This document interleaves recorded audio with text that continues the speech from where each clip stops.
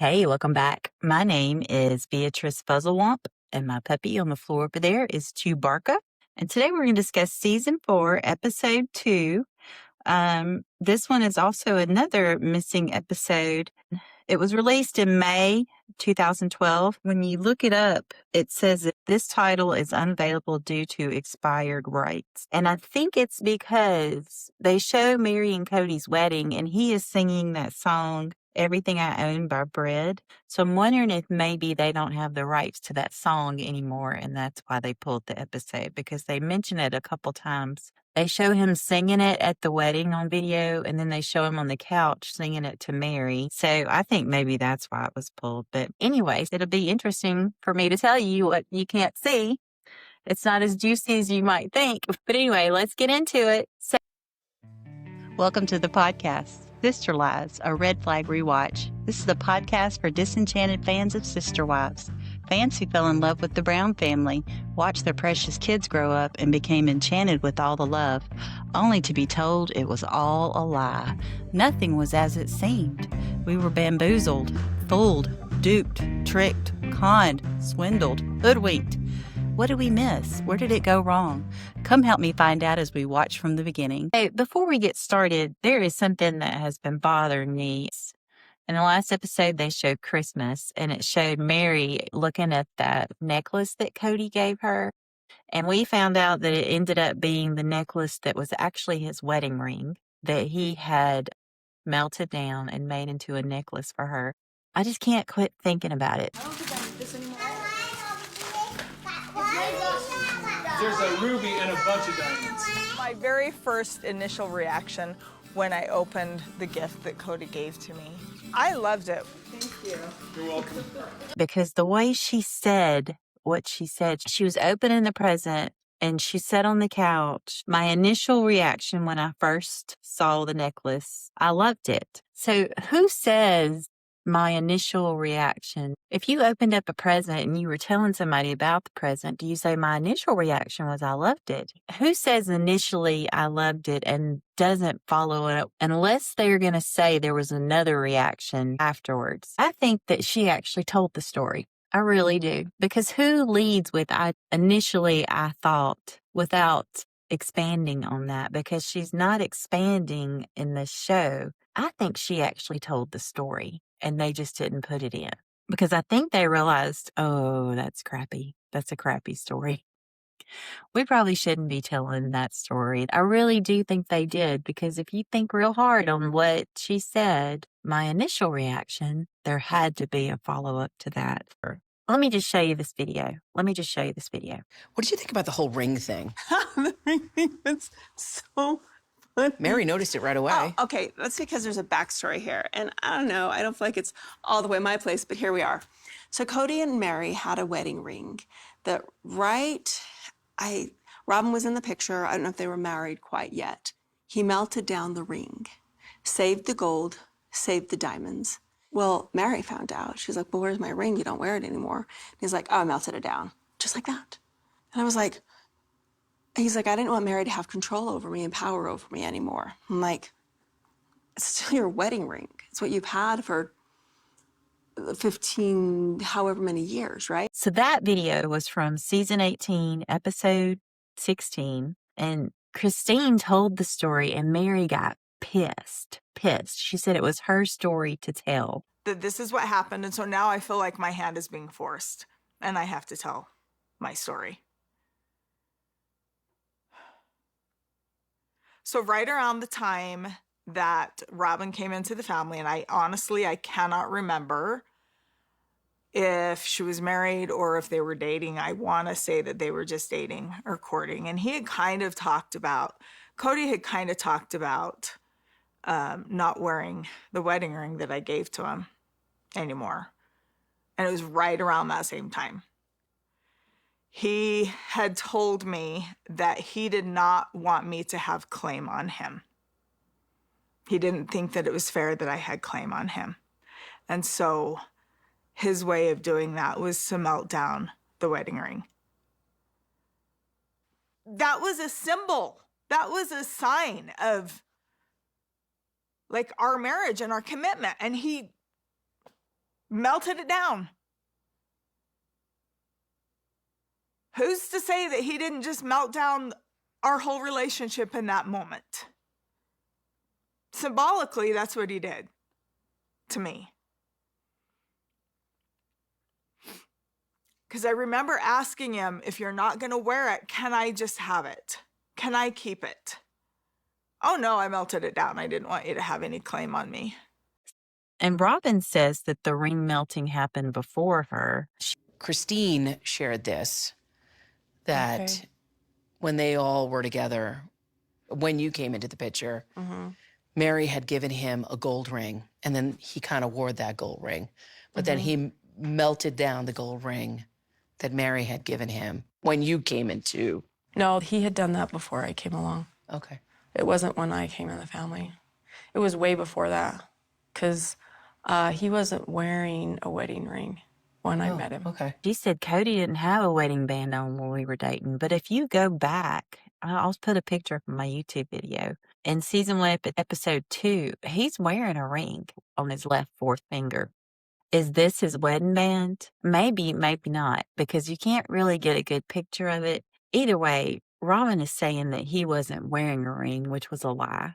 That was a lie. He has a ring on all through season 1. I don't know if that's Meri's ring or if that's his, or if that's another ring altogether. If this was something that was initially planned on being told in season 4, because she said my initial reaction was, why was she so upset at Christine for telling the story? Unless she had something to do with pulling that part of the episode. And the whole thing just bothers me. And here's why it bothers me. I think that Meri and Kody were in a bad place, a real bad place, before the show even started. Meri's made comments to Melanie on Notes to Self that she was already deconstructing. She says she had already had thoughts about leaving. She mentions that on the couch and when she starts crying. And she had told Melanie that she had stopped wearing her garments. I don't think that Kody and Meri were in a good place at all. And the more I think about it, the way that Kody met Robyn, with Robyn saying he didn't have a ring on when they were courting, I think Kody and Robyn were having a straight up affair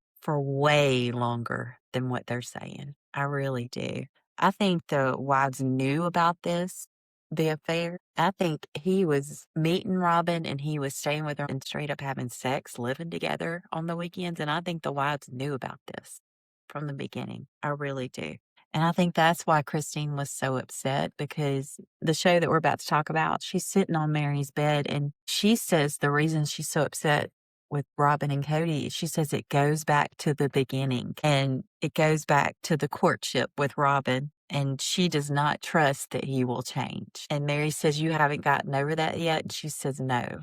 I think they just glossed right over that. I think that him and Robyn knew each other for way longer than what they're saying, and they were having a straight up affair for longer than what they're telling us. And that's why Meri was in such a bad state with him. I think the family was already broken before the filming ever started. And I think Christine and Janelle were just making it work with their kids.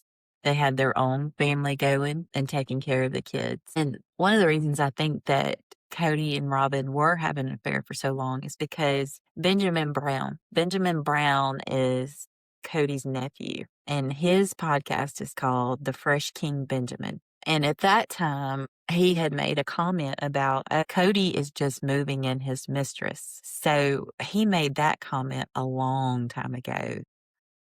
And another thing that makes me think that my theory is true is that Robyn was in their universe a long time before that, because when Melanie on Notes to Self was saying that Meri and Kody were camp counselors at this camp for AUB children, and Robyn was at that camp while Meri and Kody were camp counselors, because Melanie says, I have a picture of Robyn at the camp the same time that Meri and Kody were counselors. So Robyn was in their circles. She was 11 years old. Now, I'm not saying anything happened with an 11-year-old. I'm saying that they knew who Robyn was from the beginning, and they did not mention that they knew who she was, because they knew that didn't sound quite right. So they weren't even going to mention that. Why didn't they bring that up, that they knew Robyn from when she was a child? You know why they didn't bring that up. why they didn't bring it up at all. And I think that Kody was pretty popular in the AUB universe. So I think Robyn had her eye on him for a long time. And I think this is why they can't keep their story straight about how they met, because they met a long time ago and they can't figure out what they're going to tell the public. Did they meet at a party? Did they meet at her cousin's house? Did they meet in church where the lightning bolt to the loins? I think Kody knew who Robyn was from the very beginning for a long time. And they don't tell us that. And that's yet another lie. And they keep saying, well, Meri introduced them. No, they already knew who she was. They could say that's Robyn Sullivan from church camp when she was 11 years old. They knew who she was. So I think that's why they can't keep their story straight, because they're not telling the right story. So they're trying to figure out, when do we tell people that we met? Because we met a long time ago. So I've got a lot of theories that are going to hurt a lot of feelings. But I think Robyn's mother herself was a mistress. And I think Robyn's mother caused a lot of problems in the AUB. And that's why they ended up moving her out of the state. And I think Robyn has been groomed to be this way. She thinks all of this is normal, that her mother has taught her how to deal with men and how to deal with sister wives so that you and your children are first. And I think it's just a survival instinct on Robyn's part. And she just thinks that this is how it's supposed to be. I think that her mother taught her to be this way because she herself was that way. Mate poaching and this way of thinking that she has and this eternal honeymoon experience is something that her mother taught her as to how to be first. I'm not asking you to feel sorry for Robyn, but I am telling you that everybody is a product of their environment. And if you were raised in this kind of environment where somebody is telling you how to be first, how to keep the man in your life, how to be supported by other sister wives, and how to talk and how to manipulate, and this is how you grew up, I think she's just doing what she thinks is supposed to be done. And this is another theory I have. And I'm probably wrong too, because I'm feeling very extreme in my theories. I'm so disenchanted because we've caught them in this lie where they said they didn't know Robyn. They just met her in 2009. She just showed up.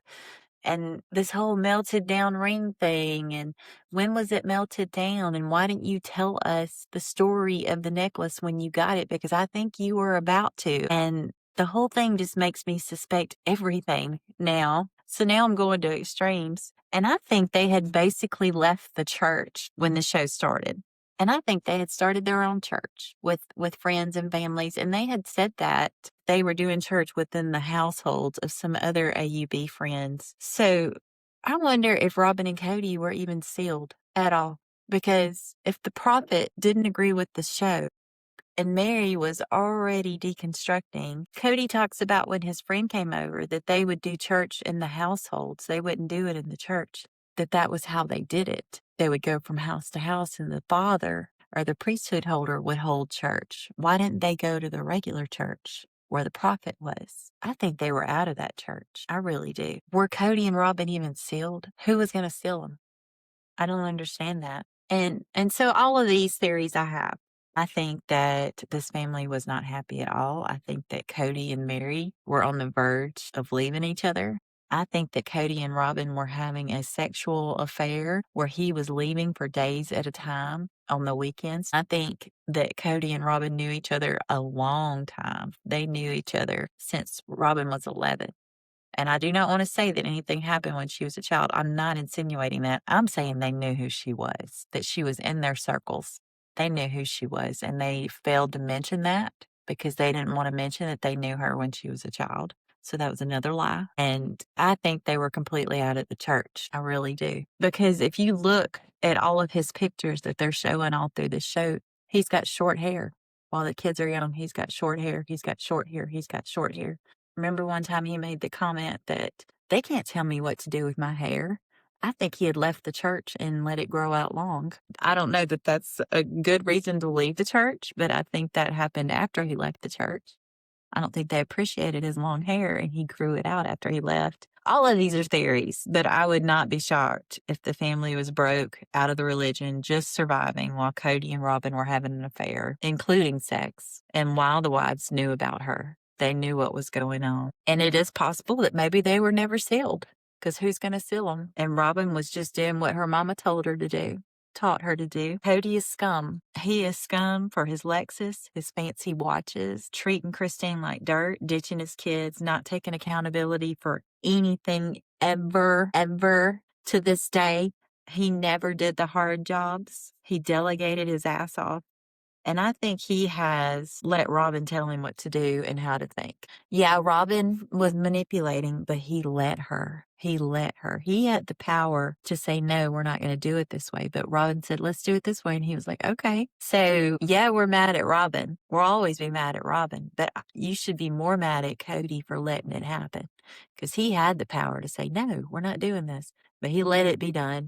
He stayed at her house. He did all the things. And I think Kody has a true mental problem where he can't see past himself. He's unable to put himself in anybody else's position, and he just truly doesn't care. He doesn't care. I'm sure a lot of it's narcissism, but I think he's got something mental going on where he can't put himself in other people's shoes. He can't see past himself. He thinks the whole world revolves around him. And that's basically why he acts like a spoiled toddler. I don't think he can help it. I don't think Robyn can help it.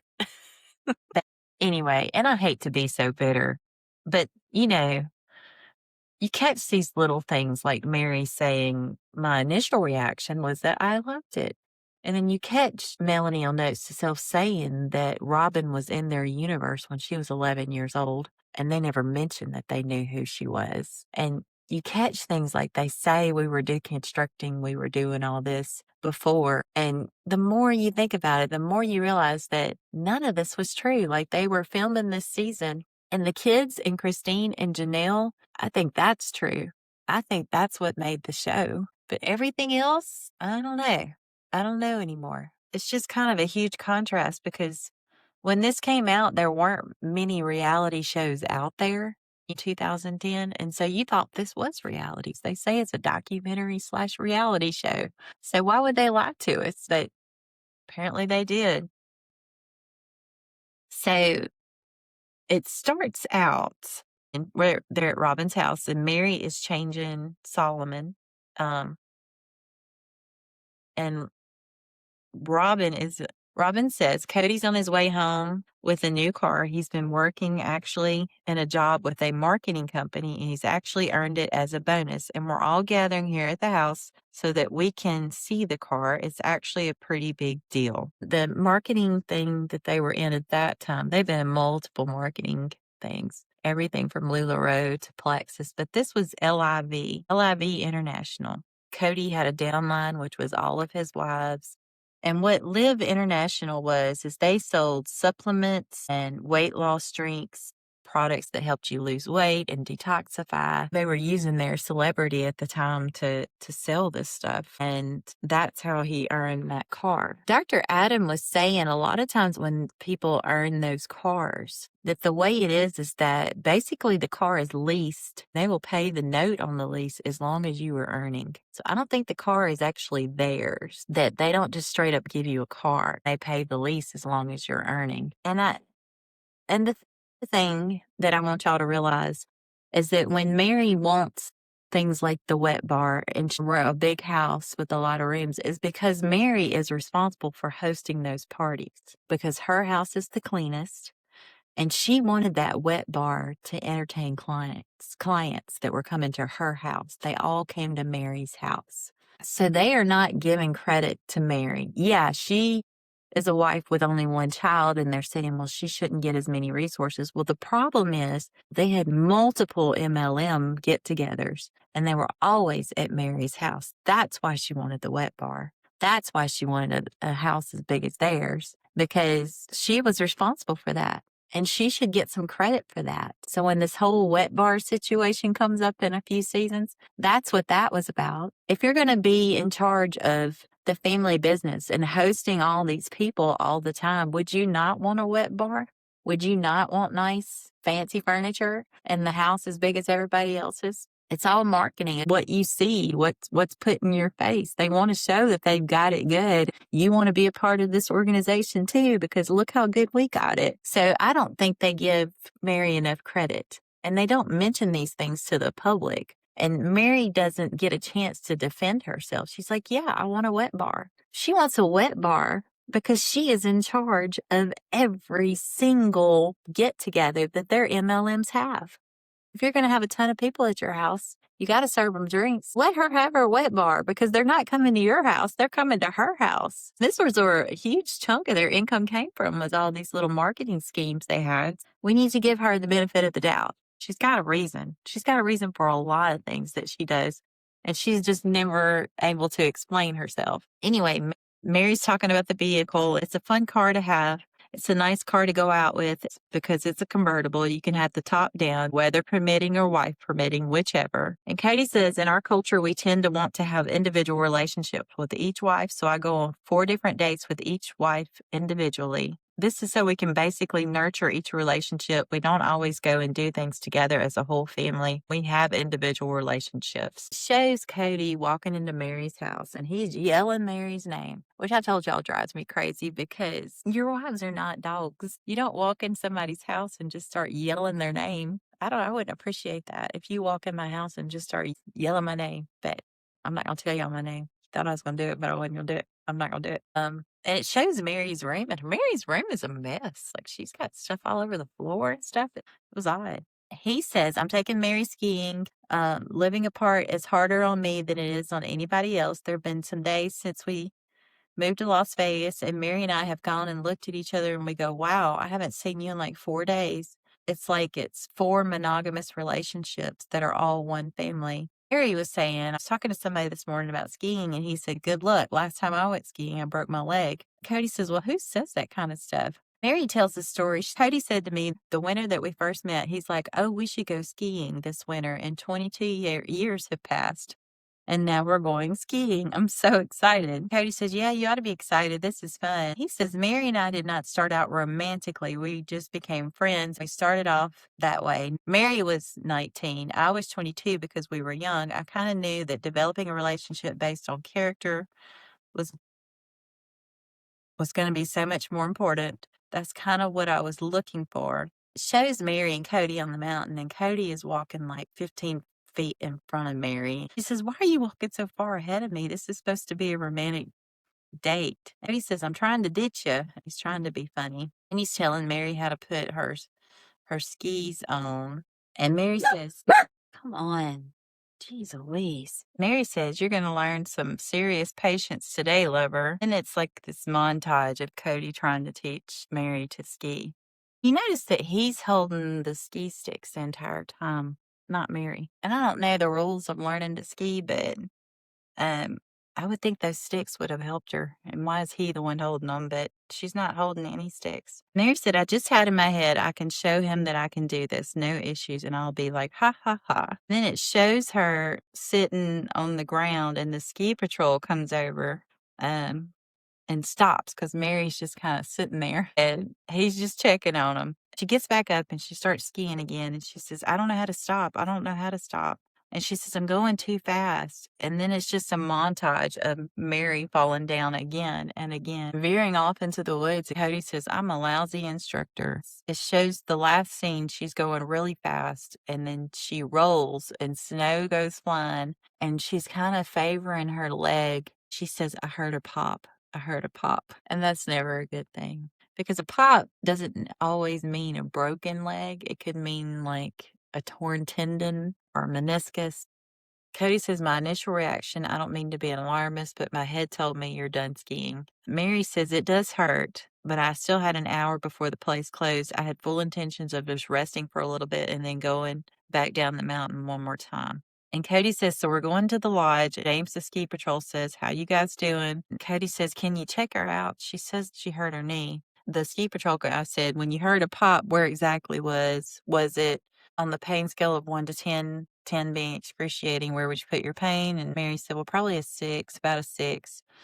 And the ski patrol guy says, we strongly recommend that skiing is over and you should get to the emergency room and have it checked out. It's probably nothing, but if it was my wife, I would definitely take her to the emergency room. Do you think that Kody took her to the emergency room? No. And this is the thing. He's just kind of covering his ass. We call that in our business CYA, covering your ass. by telling people go to the emergency room, go to the emergency room, go to the emergency room.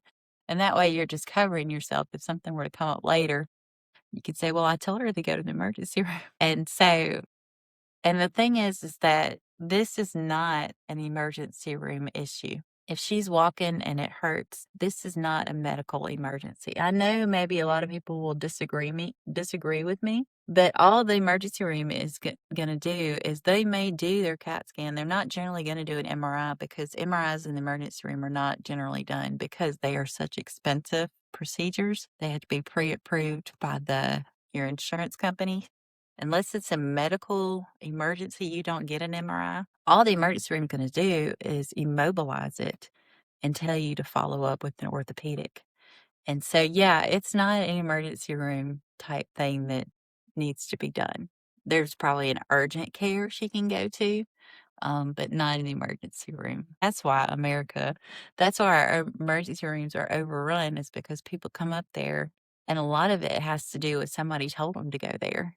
And that's not the case. Every cough, cold, doctor's not on the doctor's not in the office, doesn't want to see you at the moment because it's the weekend or holiday. They say go to the emergency room.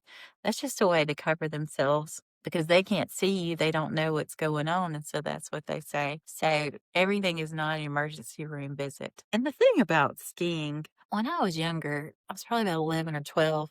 I went skiing with my stepmother and my father and my stepbrother. We went on a group tour to go skiing, and we rode on this bus up there with a bunch of people to Colorado. And the bus was kind of uncomfortable. And I remember getting there and just being so cold, just freezing the entire time. I was wearing this ski outfit and it was uncomfortable. I'm with my stepmother and my stepbrother, and it just wasn't a very good experience. I remember just freezing the entire time, just super cold. I remember actually skiing, going down the mountain, and that was fun. It was fun. But the boots you had to wear, they tore my legs up. Like my shins hurt forever. Something was wrong with my boots that I had on. I don't know if they were too tight or what was happening, but I was uncomfortable the whole time. I was freezing the whole time. I felt like I always had to pee, but I had 5 layers of clothes on. It was just miserable. It was miserable. I didn't enjoy the people I was with. I didn't enjoy the environment. I didn't enjoy the clothes I had to wear. And the actual skiing part was not bad at all. And I actually picked up on it kind of quick because I've been roller skating since I was young, really young. I loved roller skating. So I think maybe that helped with the balancing and the skiing. But the actual skiing was fun, but the whole trip, I was miserable the entire time. So when people say they're going skiing, I'm like, okay. I would rather go to the beach or to the mountains, like Gatlinburg or something. I don't know. I would rather be warm than go skiing again. Maybe if I went with different people and it was a different experience, I might enjoy that. But anyway, Kody says, so after 22 years of promises, I finally take Meri skiing, and she's going down the mountain and she wrecks and something in her knee pops. It's pretty serious. Meri says, so James, the ski patrol guy, sees us and told us he wanted me to sit for a little bit and ice it. So we went inside and sat down, and he got an ice pack, and I sat there and I was icing it for a while. She offered to go back down that mountain one more time with Kody. Kody's like, yeah, we're not going back down the mountain again. And Kody says, I was just trying to deliver on a promise of 22 years. Meri says, well, you did a good job. Kody says, hot chocolate reminds me of when we met, Christmas time. Kody says, I remember our first kiss as well. Meri says, me too. Kody says, it wasn't that romantic. Meri says, no, your proposal wasn't at all romantic either. And she says, so we were about to go out, and I turn around, and when I turn around, he's standing there with a box in his hands, and he handed me the box, and I opened it, and I just looked at him, and yeah, he was like, maybe we should get married, if you want to.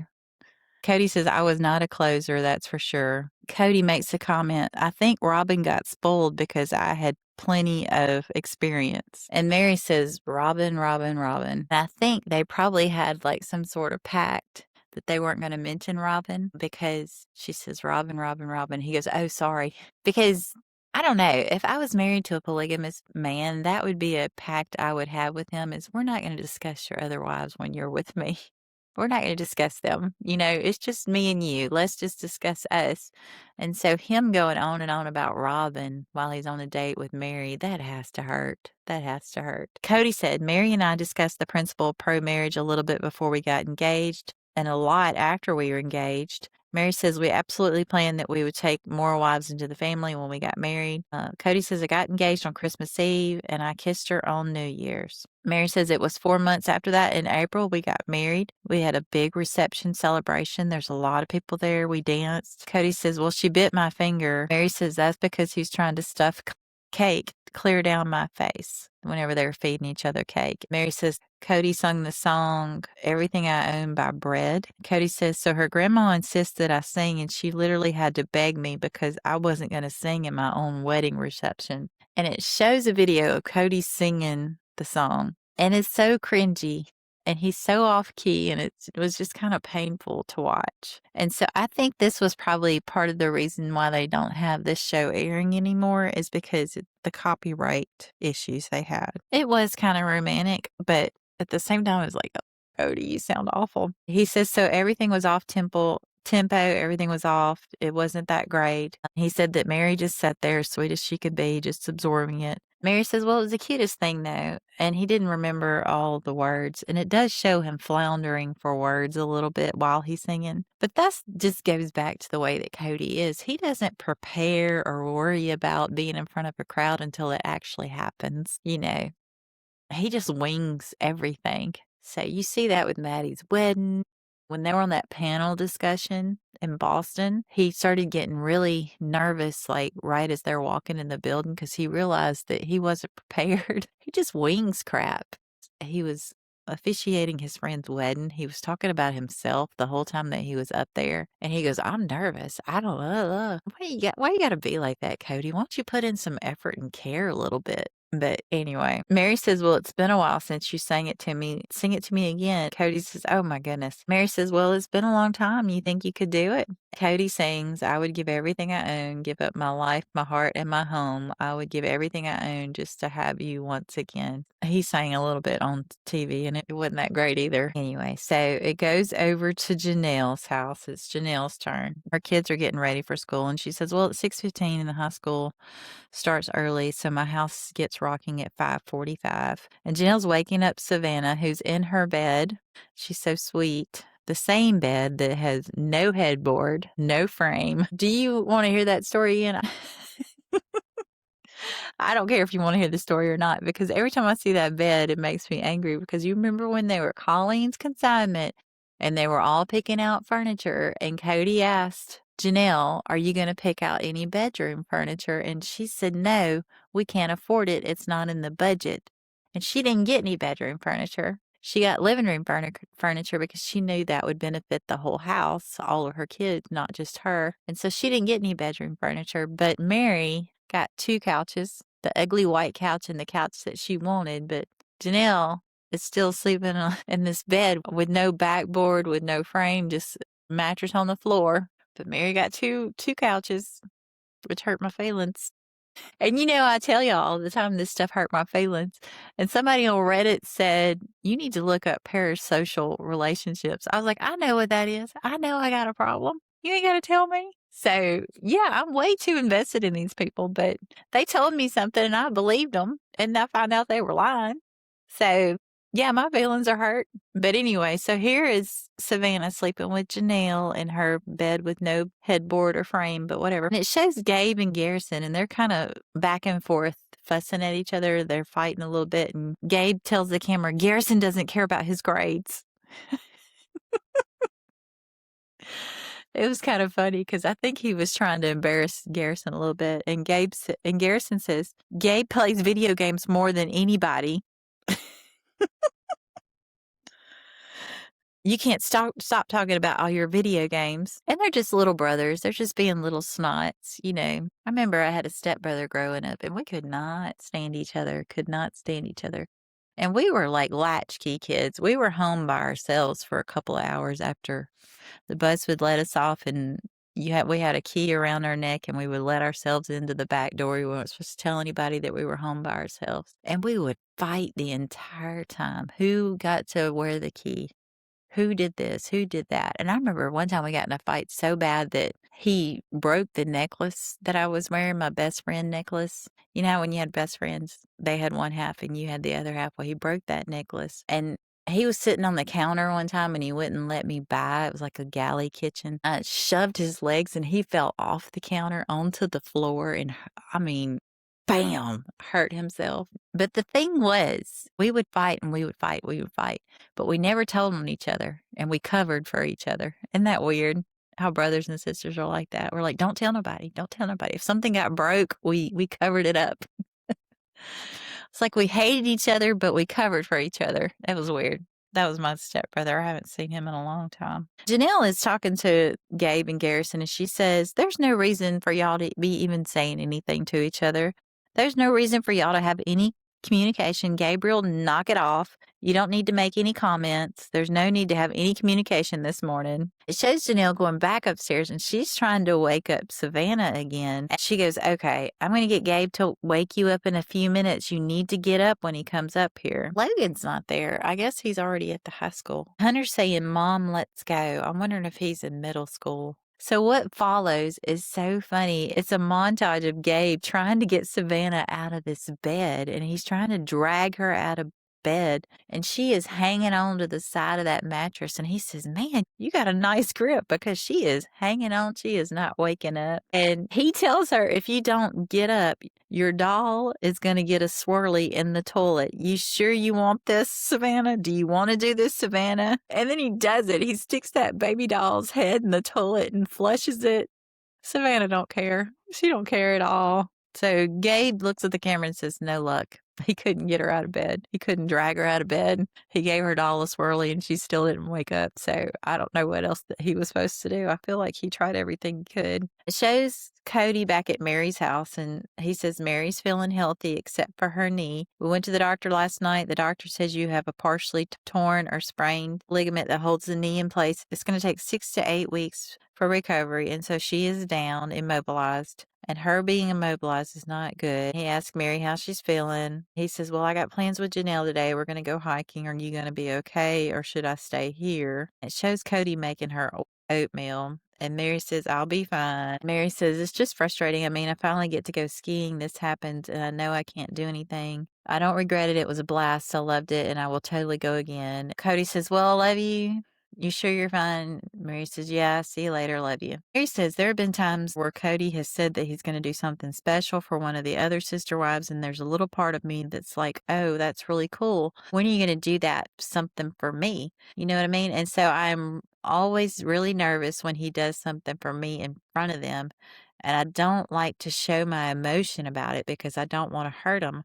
I don't want them to be uncomfortable. It shows Kody going to Janelle's house. So he walks in Janelle's house. Janelle says, hi, how are you? He says, my back hurts from helping Meri. She's kind of messed up. So basically he could have said, woe is me. Feel sorry for me. My back hurts from helping Meri. He tells Janelle, Meri wiped out a tore ligament. And Janelle says, so she has to stay off of it? That's going to make her nuts. Kody says, yeah, she's already lamenting today. I feel real bad for her. Janelle says, Kody and I decided that we're going to take some time and go to Red Rock Canyon. It's about 20 minutes from here. I've been really consistent with my workout since we started with Bill last summer, and I've added some other activities and stuff. So I feel so much more empowered.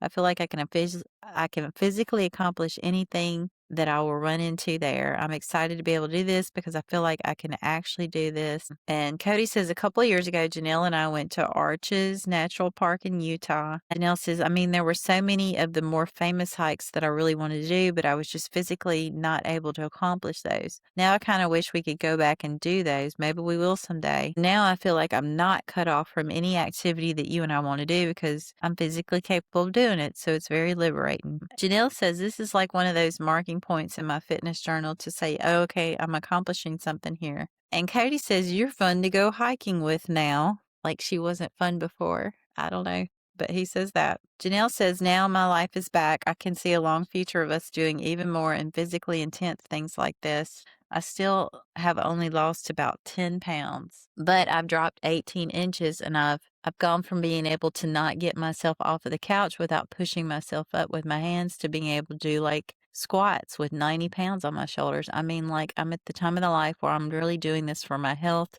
but the huge change in my strength and mobility, my flexibility has been a huge payoff for the 6 months of work I've done. And I won't ever go back. It will always be a part of my life. Kody says there is in plural marriage in the very beginning, there's a major adjustment because Janelle and I had to adjust to each other. Then Janelle had to adjust to Meri and I, and Janelle and Meri had to adjust to each other. It was extremely complicated. We had a long, beautiful experience together that I think really bonded us, and that's when Logan was born. Logan was Janelle's first child. I think he brought Christine and Meri deeper into the relationship as well, and then Aspen and then Mariah came in a relationship that was the glue for us on some levels. The kids probably held us together all those years. We had a beautiful experience together that I think really bonded us. They're sitting on the couch, and Janelle says, I'm more in love with you now than before. And Kody says, I'm more in love with you now. And yet they're getting along really well. I'll tell y'all my theory on why they're getting along now is Robyn is now postpartum. She just had Solomon. And so she's probably on vaginal rest. You're really not supposed to have sex 6 to 8 weeks after you deliver a baby. And I'm just saying, is this not why Kody and Janelle are getting along? I'm just saying, because if you notice a trend, it's usually whenever Robyn is pregnant or she just had a baby. Suddenly Kody and Janelle are getting along now. You see what I'm saying? Janelle says, I see a lot of couples there that have their kids leave and they have their separate lives and they don't really interact. I see a different path for us. I see that as the children leave and we have grandchildren and stuff, I just see our relationships continue to be very involved with each other. I see that until we die. Kody says, we hiked up this path and every once in a while we have to separate while we explore something else, but this path ends with us on it together. Okay. And now they're at Christine's house. It shows Christine waking up Truly and Gwen. Peyton walks in and gives Christine a huge hug. And he's got bedhead. His hair is all over his head. He just walks up to Christine and hugs her like he does that every day because Christine's an awesome mom who loves her kids. Christine says the Valentine's Day is coming up at the school. It's a daddy-daughter kind of thing, and there's only one Kody and 5 little girls. Gwen wanted to make sure she had a date, so she asked Logan to the Valentine's Day dance. Gwen says, I chose Logan because all the little girls wanted to choose Dad and I wanted my own person, so I chose Logan. And it shows Gwen holding up her cute little dress on a hanger with a little heart necklace. It shows Christine and she says, now the kids are in school. I've decided to walk one day for exercise and I agreed Wednesday we'd start walking. Today's the day, and I'm going to head over to Meri's house to see if she needs some help. She's still got Truly, and which means that she's walking to Meri's house, and Meri's house is a mile away, which isn't too far. She says, I'm going to head to Meri's house and see if she needs some help. This conversation that happens is just like the epitome of Meri's polygamous propaganda. And I don't understand this. I don't understand this at all, the way she is, considering now, looking back on it, on this red flag rewatch, we're looking back on it, and she just got her wedding ring back from Kody. He has told her that he's going to make the next 20 years of her life miserable, just like she made the last 20 years of his life miserable. And she's still keeping sweet, and she's still saying what she says next to Christine. I mean, what the hell, Meri? What the hell? You know there's a problem. You know there's issues, and you're still gaslighting Christine into thinking it's her fault. But anyway, Kody says each wife has a relationship with her sister wives, and I have a relationship with each of my wives. If that relationship is bad, she will go and get consensus for other sister wives on the problems she has with me and see if she can either get advice for them or they'll tell them that they're the problem or tell them how much I am a problem. It shows Christine sitting on Meri's bed. She says, you guys have a cute family picture. We never did a family picture. Meri says, you didn't? Christine says, yeah, we're just not getting along well enough. And when you ask him to do something and you're not really on good terms, he's just not going to want to do a family picture with me. Meri says, so you guys are still struggling? Is anything getting better? Christine says there's things about a relationship that we need to discuss and we need to fix. Meri says Kody and I went through the same thing. I mean, we were mad. We could not say anything to each other without setting each other off. She says until you start changing, you start improving and doing things better, it's not going to make a difference. And Christine says, okay, but at what point does he realize he's made mistakes too? Meri says, I don't know when that point will be. Christine says, has he realized that he's made mistakes with you? Has he talked to you about them? I'm sorry if that's too personal. I'm sorry. Has it helped you? Meri says, there have been times that he has said, okay, yeah, I was stupid a long time ago. It is hard for guys, Christine, to come back and say I was wrong. So Meri's saying, because he's a man, he is physically incapable of saying he's sorry or that he's wrong, and that Christine needs to start improving herself if she wants to be happy. Christine says, so I have to have everything one-sided and I have to fix me. Meri says, yes, you do. And Christine says, so it's just one-sided. Meri says, yeah, for a while, I'm serious. And Christine said, has that really helped you? Meri says, yeah, it has. Christine says, I don't see that it has. I see how you're being so sweet all the time, and I'm just wondering, is it really doing you any good, Meri? Good gosh, she's pointing it out there. And she says, he hasn't gone out of town with you all of last year, and you didn't get a birthday or an anniversary. I'm sorry. I'm just, And Meri says, last year it was just bad timing right around my birthday and our anniversary, so it never happened. And I keep thinking, okay, it'll happen. I'm not at a point where I can just blow it off and it doesn't matter, because it does matter. What matters more is the relationship that I have with him when he's around. Christine says, when he's around, I try and be happy. I try and be fine. I'm sorry, I cannot block that underlying current that I just have to pretend that everything's okay. Which in reality, Christine, is where keep sweet comes from, where you pretend that everything's okay. Meri says, well, don't pretend that, but you make the best of it when you're together and you figure out another way to work through your own issues without putting it all on him. Christine looks at Meri and says, it went back to the courtship with Robyn. She's saying all of this discord, all of this problems that she's having with Kody, it went back to the courtship with Robyn. This is one of the reasons I believe that Kody and Robyn were sleeping together for a long time. That's what broke her trust with Kody. It broke their relationship with Christine and Meri. I think Janelle, to some degree, she didn't like it. This is what makes me think that way more went down with Kody and Robyn than what they're telling us. Meri says, you still have issues with that. Christine says, I do. Meri says, you're not moving past that. Christine said, no. Then Christine goes on to say, at one point I was special to him. He was just very open and very loving. At the same time, I think he was doing his best to have Meri and Janelle feel special. And I think he was balancing the three of us quite well. And I don't think he's balancing the four of us. And it's very difficult. And she looks at Meri and she says, I do not think that he's going to come around. She's looking at Meri and she's saying, the way that Kody is now, I think it's how it's going to be. I don't think he's going to come around. Meri says your attitude right there is what's keeping him away.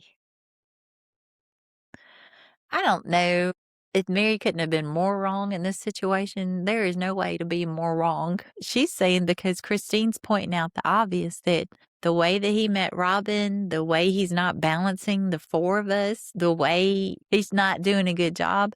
He did a good job when there was only three of us, but now that there's four, he's not doing a good job now that Robyn's come along. And Meri says, you're not trusting him and that's keeping him away. No, Robyn's keeping him away. Meri says, how many times do you do something for Isabel and she just comes back and whines to you anyway? How frustrating is that to you? It's exactly how it feels. I'm sorry I'm throwing it at you, but you're the only person you can change. You can't change anybody else. God, Meri. Jesus Christ, Meri. He met Robyn and he left all three of them, and she is just keeping sweet, and he has beat her down and she is still keeping sweet. She is so devoted. Meri's on the couch and she says, being the first wife of four, I totally get where Christine is coming from, because I not only had to reevaluate who I was and what role I had in our family. Just when Janelle came into the family, I also did it with Christine and I also did it with Robyn. It just shakes things up. Things are different. You just kind of need to figure out who you are, what place you are. She just hasn't figured it out yet. Living plural marriage is not something that's easy to do. That you just go out and all of a sudden have these wonderful bonds with your sister wives is a lot of work. Robyn says it's not for amateurs. And that's something coming from Robyn's mouth. It's not for amateurs. She is a total amateur. She grew up in a house that was in a different state than her father. She was not really living in polygamy then. She was just living with the father, who also had other wives in another state. They weren't living together. She was in a monogamous marriage before this, coming into the Kody Brown family. She is an amateur. She has never lived polygamy before in her life, ever. And it shows them at Robyn's house, and she's changing Solomon's diaper. So now that Meri is laid up in bed with her knee up, and now she has to change Solomon. Meri can't take care of him now. What's she gonna do now? Robyn says that Meri actually fell down when her and Kody were skiing and hurt her knee really bad. She texted me and was like, somebody help a sister wife. I just felt really bad because we really couldn't go over there and help. I've got sick kids. I think Christine's been going over there and checking on her and stuff like that. I just felt bad I couldn't go over there, and I'm not much help right now. And Solomon is coughing. I think it turns out that he has RSV, which RSV is basically, it's a cold virus that children get. And when they're young, it kind of really gets them a lot of phlegm, a lot of coughing, and it takes a while to get over. And for little babies, it can be dangerous. And it shows this montage of all of her kids coughing. And maybe if they wouldn't kiss each other on the lips all the time, maybe they wouldn't be coughing so much. I'm just saying. It shows Kody with Christine, and he says, we're going to go paintballing. Christine says that was my idea because we both agreed it would be fun to shoot at each other. Kody says we played paintball before and we love it. Kody says I have a very big surprise for Christine. He's excited about this, and yeah, he's got a little secret. He keeps telling Christine over and over and over, I got a little secret. I got a little secret. And how annoying is that? If you have a big surprise, just say it one time. I got a big surprise at the end. You don't say it over and over and over, because Kody cannot keep his mouth shut. He cannot. He cannot have a secret without telling somebody. And this little episode right here where he's saying over and over and over, I got a secret, I got a secret. And it just shows that he told every wife everything. There were no secrets in that family. In season 20, when they were talking about NDAs, I'm like, did Kody sign an NDA? Because Kody can't uphold an NDA. That's crazy talk. He ended up talking about stuff on the tell-all, stuff that was supposedly on the NDA. And Janelle and Meri were like, are we talking about that? I thought we weren't supposed to be talking about that. So Kody signing an NDA or keeping any secrets does not work. Remember Maddie's wedding when they got Caleb the elk cake, this very expensive groom's cake? Kody was like, yeah, they got a big old deer cake in that tent over there. While Caleb is standing there, and they all look at Kody and go, oh my God. And he goes, oh, I'm sorry, I didn't know it was a secret.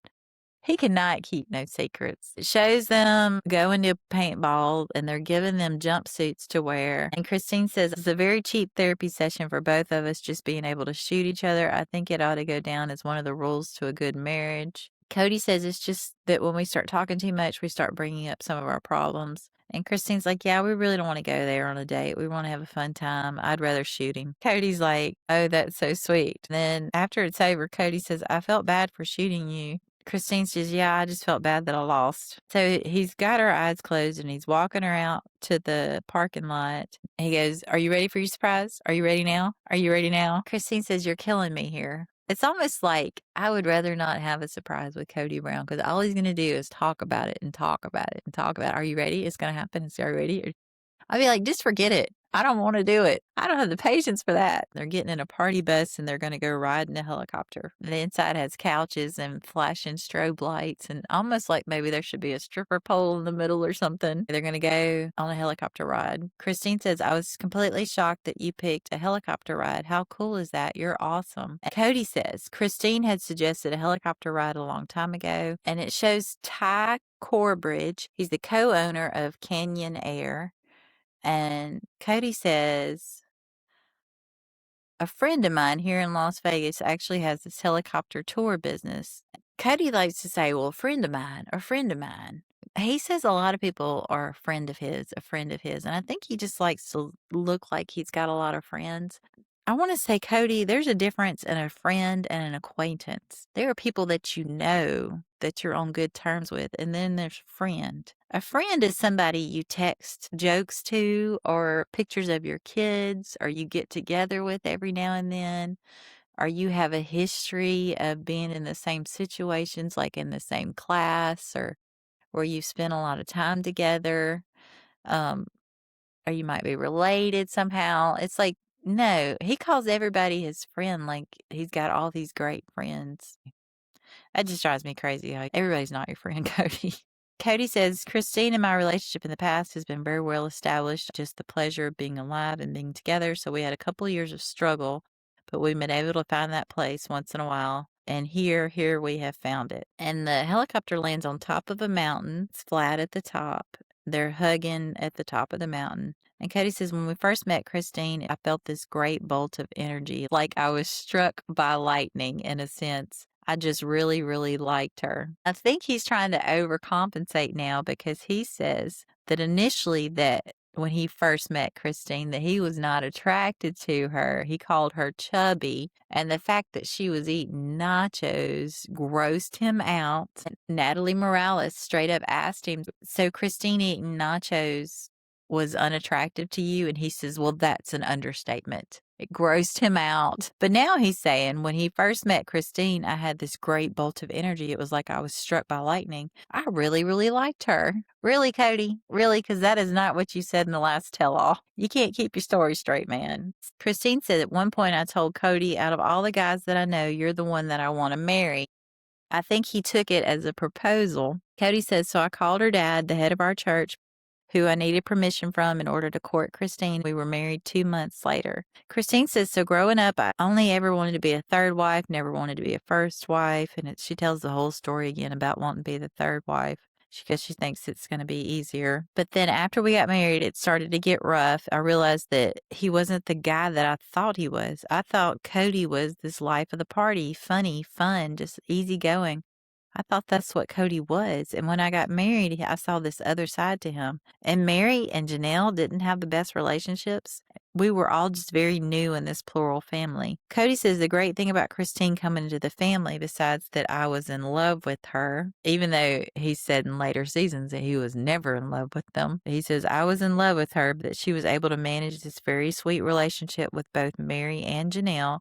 We were struggling to communicate with each other, and so Christine kind of came into our family and gave us some stability and made our lives a little bit lighter. She was like icing on a cake. So basically, Christine came into the family and they just sucked the energy out of her. All that goodness and stuff she had, all that love of life and lightness, they just sucked it all out of her. And it shows them they're going to get ice cream. And Christine says, a perfect date, perfect, perfect. Like many more yet to come. And she tells Kody, I'm sorry, honey, it's been a rough year. Kody says it's been a rough year for everybody. Christine says, I'll be more grateful, I promise. And Meri had a good talk with me today. She pulled me up on the carpet or whatever that's called. Kody said she called you out on the carpet. Christine, she just said, I'm not being grateful for anything. I'm feeling like I didn't appreciate you and I'm sorry. So now she's apologizing to Kody, which it needs to be the other way around. And so it's back at Robyn's house. It shows all the kids coughing and sneezing. How is Kody not sick during all this? And how is Robyn not sick? Robyn says, you must know they're all sick. All the kids are sick. All my kids. Oh my gosh. Dayton came home with this cough and I don't know where he got it. And it just sort of filtrated through all my kids. Solomon is just coughing and struggling.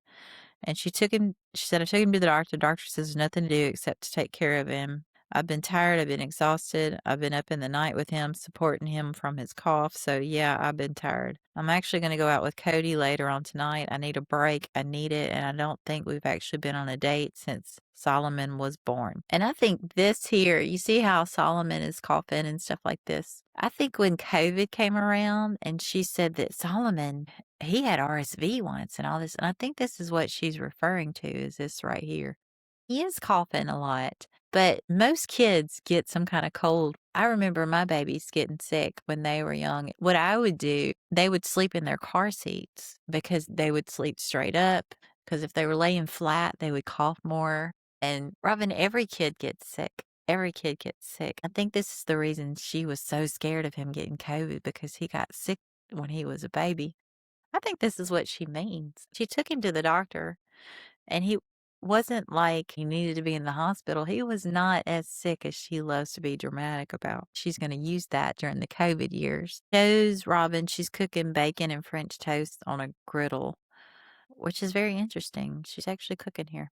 Robyn says, Kody and I have been married for about a year and a half. Just me with Meri and Janelle and Christine. I feel like I'm doing great. Christine and I have even been more understanding of each other, which is really good. I wanted to be close to Janelle and Christine and Meri really bad, but it's like they've got to want it, or they've just got to be able to see that I'm here for them too and that I love them. What's hard is realizing that your sister wife really does love you, and then also being a sister wife that is loving. So sometimes you'll get a sister wife that is not so nice, but I've got some really great sister wives. And this whole speech is insinuating that they aren't close, and it's because of the other sister wives, not her. She's saying, I love them, they just don't realize it. If we're going to have a relationship, they've got to want it. One time, Dr. Adam had said that Robyn does not eat her vegetables in relationships. And when he said that, I'm like, that is so true.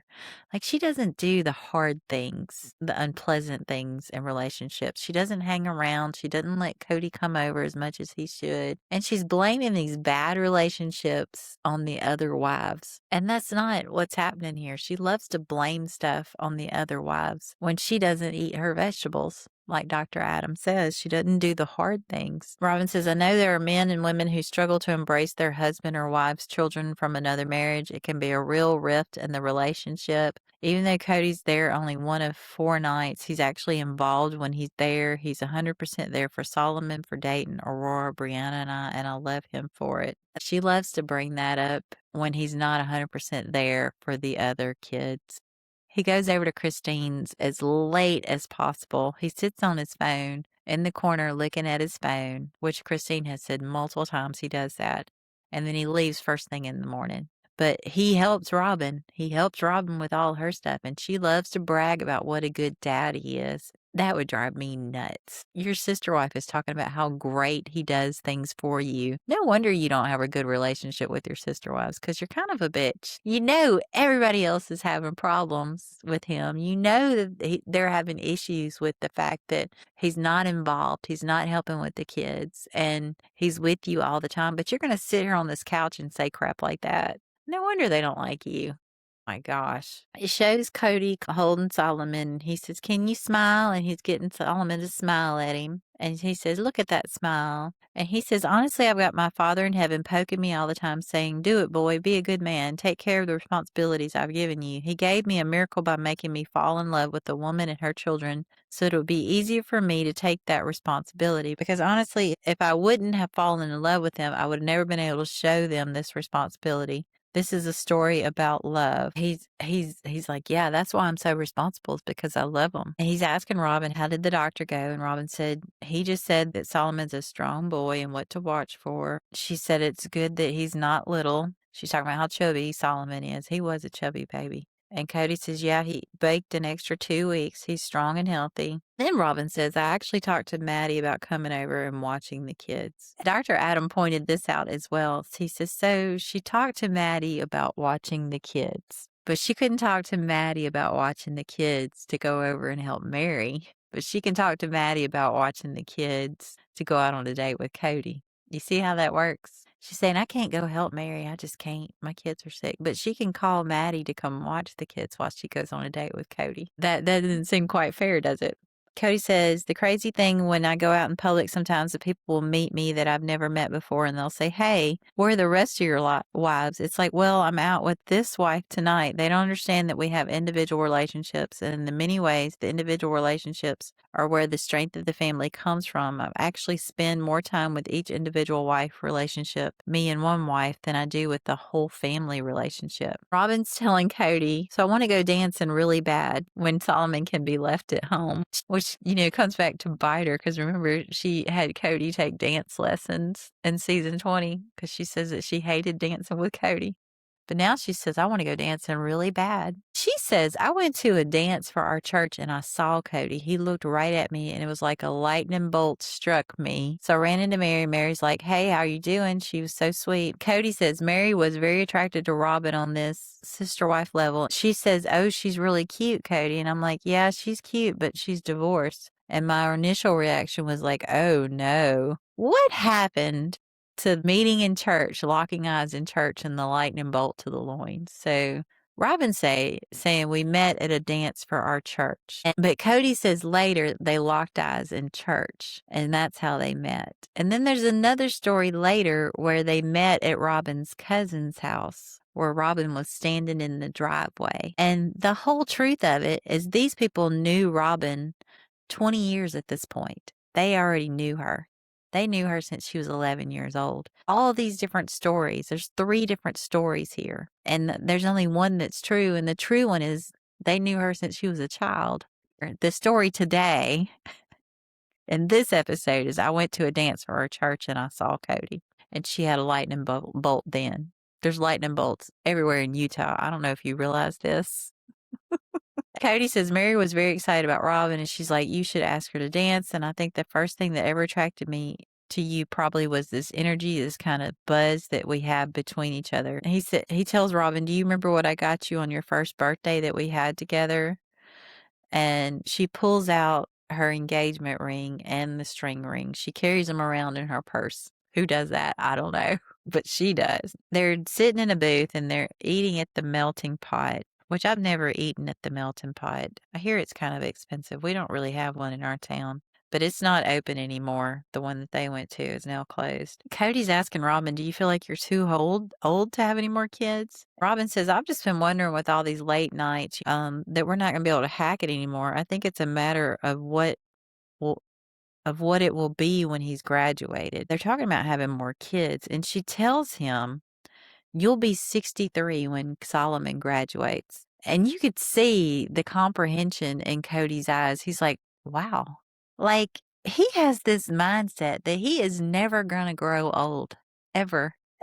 He doesn't realize that he's going to age. He thinks he's like Peter Pan. He's just going to be this age forever. You remember a few episodes when Janelle was talking about how all the kids are going to be in college at the same time and how much that costs? And he's like, what? It never occurred to him that he's going to get old. It never occurred to him. I mean, he is just delusional. He is just in his own little world. But she says, yeah, you're going to be 63 when Solomon graduates. He's like, what? It just never occurred to him. Robyn says, when Kody and I were talking about having another baby together, I looked him square in the eye and I said, do you want another baby for sure? And it wasn't a question about his ability. It's more about his capacity. Can you do more? And I think this is Robyn's subtle way of saying, I want to have more kids with you, but I need to make sure that you're going to be with me the majority of the time. Can you do that if we're going to have more kids? And this was her subtle way of making sure that he was with her all the time, because she's saying things like it wasn't about his ability, it was about his capacity. Can he do more? So basically, she's saying that I'm willing to have more kids with you, but you have to stay with me. Do you have that capacity? And he does. He does. We all know he does. He's got the capacity to stay with Robyn. I finished eating, and Kody says, hey, the night's young. You really want to go home? Maybe we'll just call Maddie and ask her if she'll watch the kids longer. Robyn says, you want to hit a movie or something? So now they're going to the movies, and Maddie has to watch the kids for at least another 2 hours. Because if you go to the movies, that's at least 2 hours. They have Solomon with them the entire time. And if he's sick, why are you taking him out in public, exposing the public to this sick child? And if you can go to a restaurant and the movies with Solomon, why can't you go over to Meri's house and make her some dinner and help her take a shower? I don't understand. Kody says, Robyn and I have been married for 1.5 years, and I don't think we've had any major struggling challenges because Robyn brings a concern to me and very gently communicates about it. Robyn says, I love Kody and you fall in love with Kody, but you also have to kind of develop a love for your sister wives. It's a package and you really have to work on that as well. You cannot be lazy in the relationship with your sister. You just can't. It's something where you're continually discussing and adjusting and trying to figure out. It's not something that just comes simple. Meri says, today we're going to do a birthday party for Dayton and I. Robyn and Christine have kind of made all the food and planned it all, and everybody's coming over. Robyn says having the same birthday has created a special bond for Dayton and Meri. It's really cool. Mary's wearing a badge that says she's 41, and Dayton's wearing a badge that says he's 12. So they're having birthday parties together, which I really think they should do it separate. I don't think that's fair to Meri or Dayton to do parties together like that. It should be separate. The year before, they did Mary's birthday a week ahead of time, but now they're doing them together. Kody says, so one of the biggest challenges after the past year now since we got married is just blending our families together. Robyn says, I've been really concerned and worried about how the older kids, particularly Hunter, would actually accept Solomon and the family as their brother. Kody says, I check social media on my kids, and Madison is constantly talking about great thing about life is family. And the other day she sent this mass media picture of her and Solomon, and it's her holding Solomon while Solomon's asleep, and he looks like he's about to cry. And it was a sweet picture. It was. But you remember the picture of McKelty holding Truly, and they were both asleep, and that was a cute picture too. But he didn't say much about that picture. Her saying, I was concerned about the older kids, particularly Hunter. I wish she would leave Hunter alone. Good God. I don't understand her, why she doesn't like Hunter. I don't think she likes that Hunter is honest and says what he thinks about her. She doesn't like that. And everything on camera does not show him being disrespectful. Just because he doesn't smile or jump up and go hooray because you got pregnant doesn't mean he hates you. I don't know what goes on when the camera's not on. I really do think that Hunter and Maddie and Janelle, I think they talk honestly about Robyn and their household. I really do.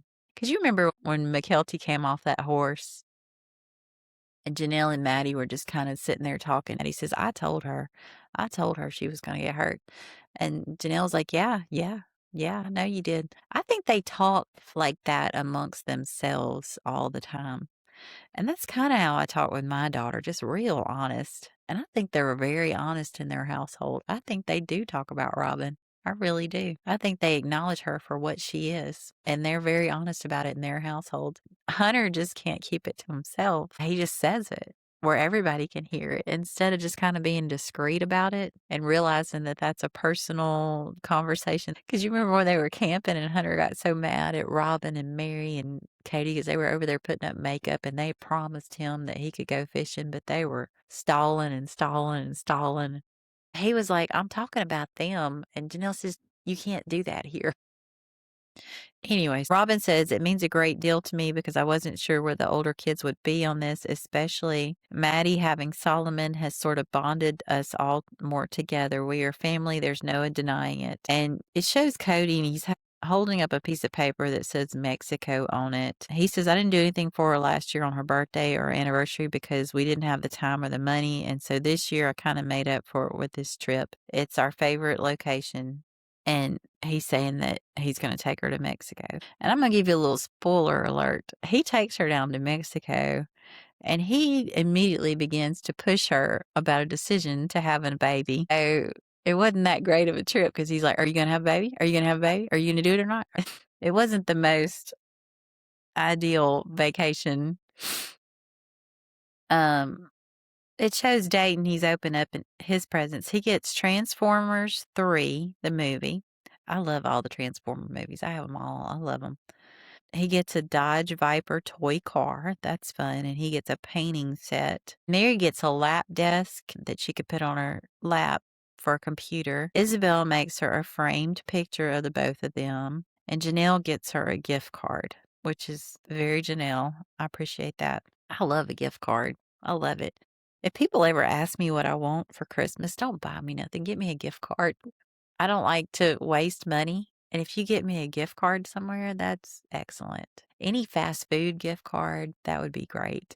You know, Chick-fil-A. I love a Chick-fil-A gift card. People always have to eat. You know, you're not going to waste money. If you get somebody a food gift card, you know, they're going to use it. I like that gift. It shows Kody. He's given Meri a jewelry box, and inside is that piece of paper that says they're going to go to Mexico. Meri says, well, I totally did not expect that. He says, are you excited about it? He kisses Meri while he's holding Solomon. Kody says, what you're seeing today is us just really good with each other. And so maybe it looks to our friends or to outsiders like we have this kind of Pollyanna relationship, like it's all perfect, and it's not. We work very hard. And Meri says, yeah, we continue working very hard. And Kody says, don't ask me tomorrow because it might be a bad day, but just a committed relationship between all 5 of us. And that is the end of that episode.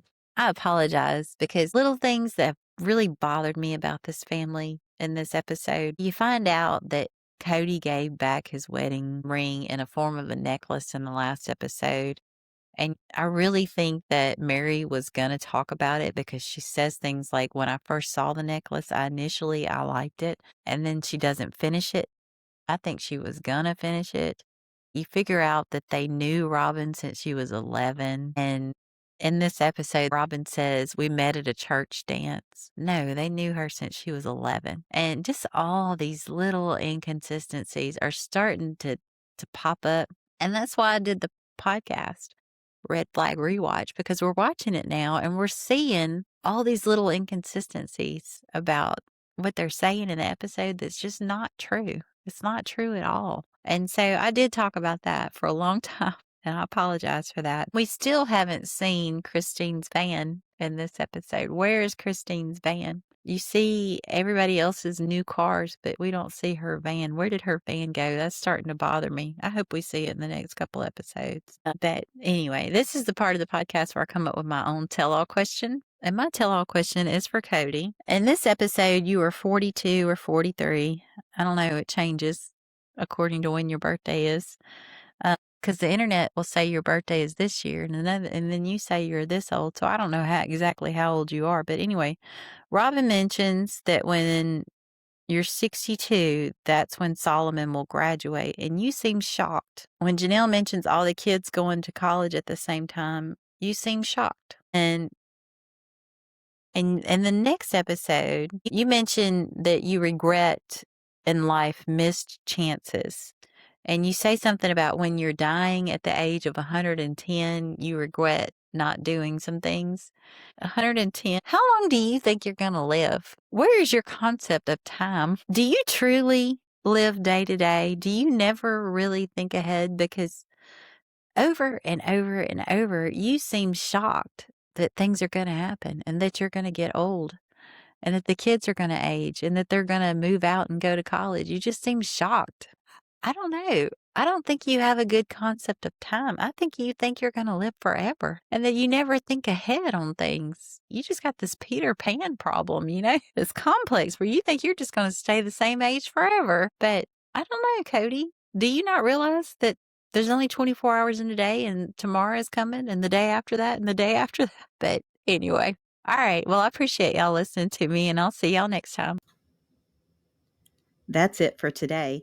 If you like my podcast, please like, comment, and subscribe. And if you want to reach me, you can always reach me at redflagrewatch@gmail.com. Thank you for joining me today. See you next time. What do you call 2 monkeys who share an Amazon Prime account? Primates. Did you hear about the claustrophobic astronaut? Did you hear about the claustrophobic astronaut? Yeah, he just wanted a bit more space. A bit more space. All right, you're welcome. See you next time.